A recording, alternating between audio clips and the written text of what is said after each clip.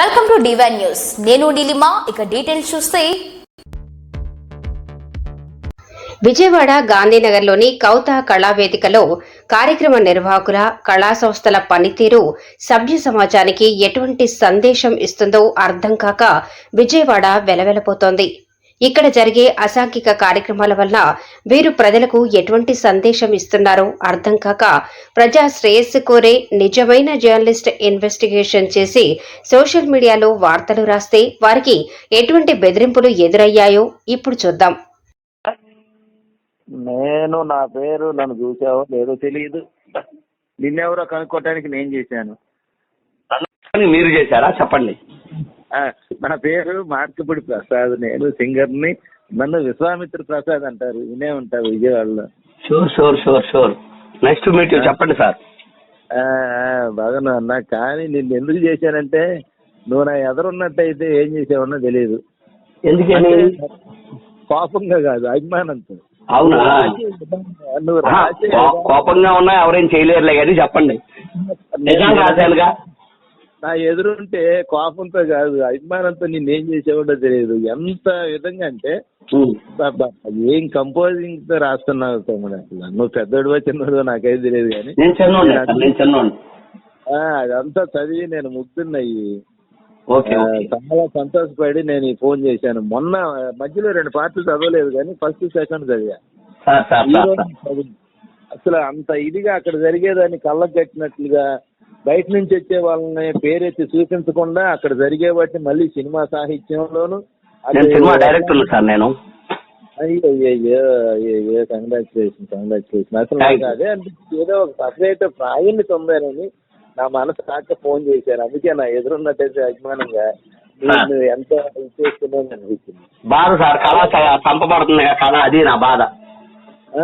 అవును, నిజమైన కళాకారుడికి ఎక్కడున్నా కూడా పుచ్చుకుంటా ఉంటది కదా. నాకు నీకు 50 కిలోమీటర్లు ఉంది కానీ ఒక 5-10 అయినా కూడా వచ్చి నీ తలుపు కొట్టేవాడిని. నిజంగా నేను మనస్ఫూర్తిగా చెబుతున్నాను. ఒక 5-10 కిలోమీటర్లు అయితే మాత్రం తప్పనిసరి తలుపు కొట్టేవాడిని. నాకు నందిగా మేము చూసి బాధపడుతుంటే నువ్వు మెసేజ్ ఎట్లా ఉన్నదంటే మూకీ సినిమాలో ఉన్న టైంలో ఖచ్చితంగా ముఖం పెట్టి అట్లా చూస్తుంటే కళ్ళ ముందు అట్లా పిక్చర్ నడిపించినట్లుగా నాకు అనిపించి, ఇంత సాహిత్యంగా బయట వాళ్ళ పేర్లు బయటికి రావట్లా, వాళ్ళని వ్యంగ్యంగా చూపించినట్టుగాను ఉంది, వ్యంగ్యత లేనట్టుగా ఉంది.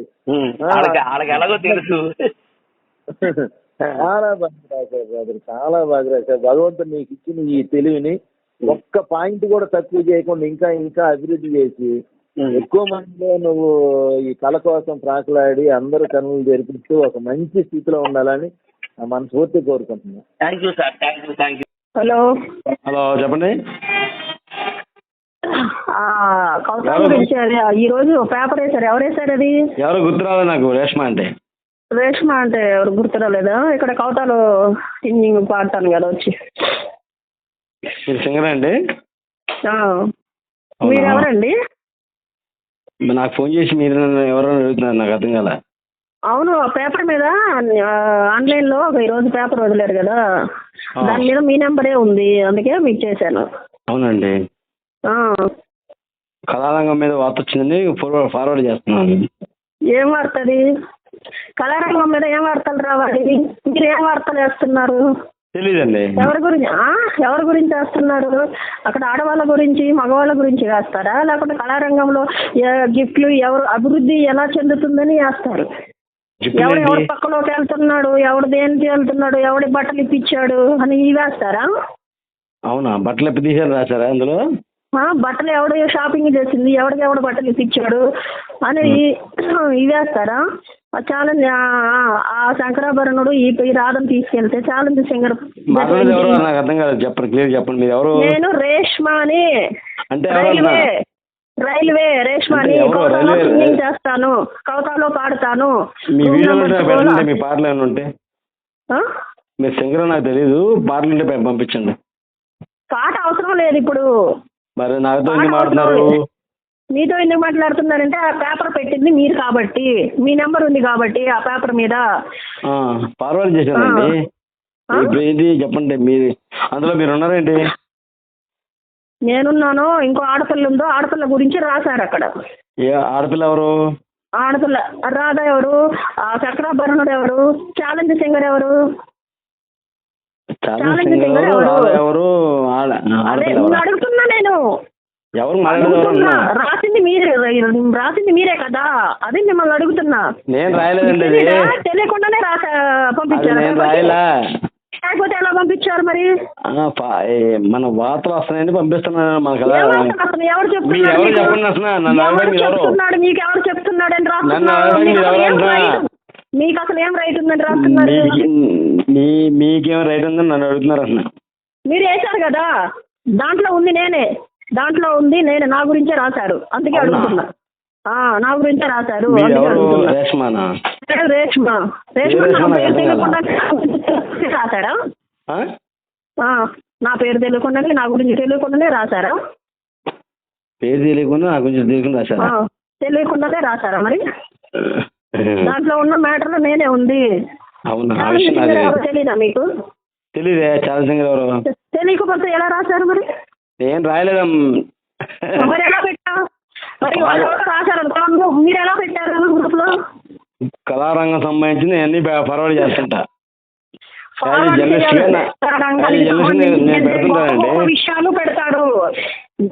నీ పిల్లం ఎక్కడికి వెళ్ళింది, వాడి పిల్లం ఎక్కడికి వెళ్ళింది, కూతురు ఎవరితో పడుకుంది, మంచి పడతావు. ఇవన్నీ పెట్టడానికి నీకేం రైట్ ఉంది? ఎవరి పర్సనల్ లైఫ్ వాడిది, పర్సనల్ లైఫ్. నీ పిల్లంతోనే ఉంటున్నావు నువ్వు? చెప్పు, నీ పిల్లంతోనే ఉంటున్నావా నువ్వు? చెప్పు.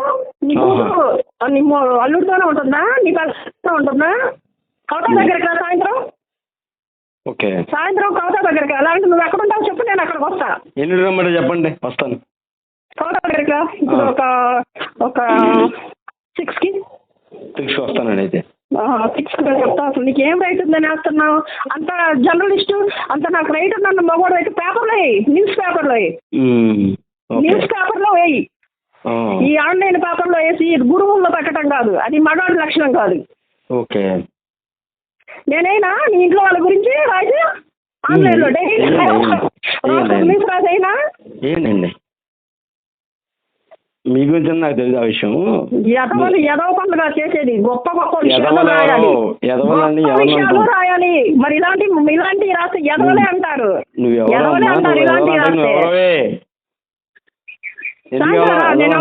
నేను ఎవరో చెప్తాను. సాయంత్రం రా. సాయంత్రం కౌతా దగ్గరికి 6ంటికి రా. వస్తాను. 6ంటికి రా. నేను 6ంటికి రా. అక్కడికి నేను వస్తా. అయిపోతున్నది.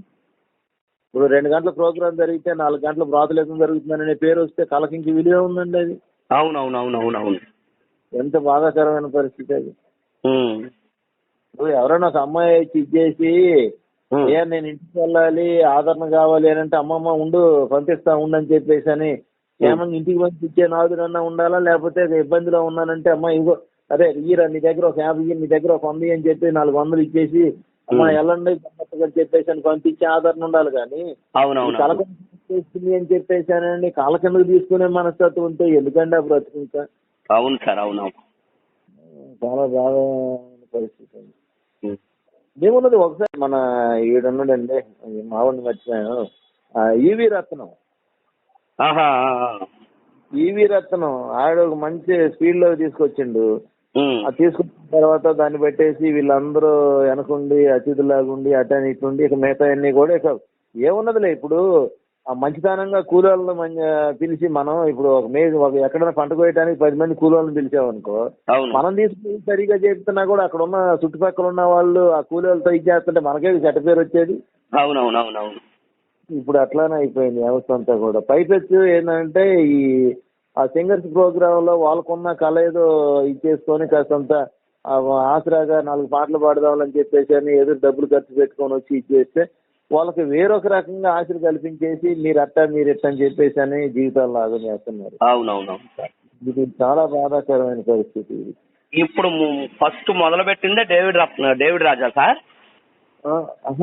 ఇట్లా కాస్త సింగర్స్ గా అటు ఇటుగా ఏదో కళా పోషణగా ఇది చేయాలని చెప్పేసి అని కాస్త పెద్ద రకంగా ఏదైనా ఏమి ప్రోగ్రాం లేవు కదా, చుట్టుపక్కల లేవు. నెలకు ఒకసారి అన్నా ఏదన్నా ఒక సింగర్ ప్రోగ్రాము ఏదన్నా లేకపోతే ఒక కచేరీ లాంటిది అట్లాంటిది పెడితే కొంత సరదాగా ఉంటది అని చెప్పేసానని దాన్ని ఆధారకర్తగా అట్లా ముందుకు తీశారు పెద్దలు.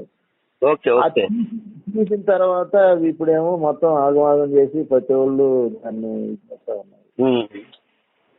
చెప్పండి. నా పేరు రాము అండి, సౌండ్ ఆపరేటర్ అండి. కౌత సత్రంలో సౌండ్ ఆపరేటింగ్ చేస్తాను. మరి ఇక్కడ ప్రోగ్రాలు చేస్తున్నారు, మాకు అమౌంట్ ఇవ్వట్లేదు. రేపిస్తాం ఎల్లుండి ఇస్తాం అంటున్నారు, కానీ ఇచ్చి ప్రోగ్రాలు చెప్పుకుని వెళ్ళిపోతున్నారు.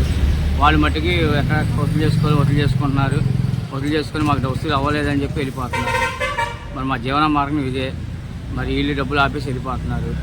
ఏం చేయాలి సార్? చాలా వీళ్ళు ముందు వచ్చాను.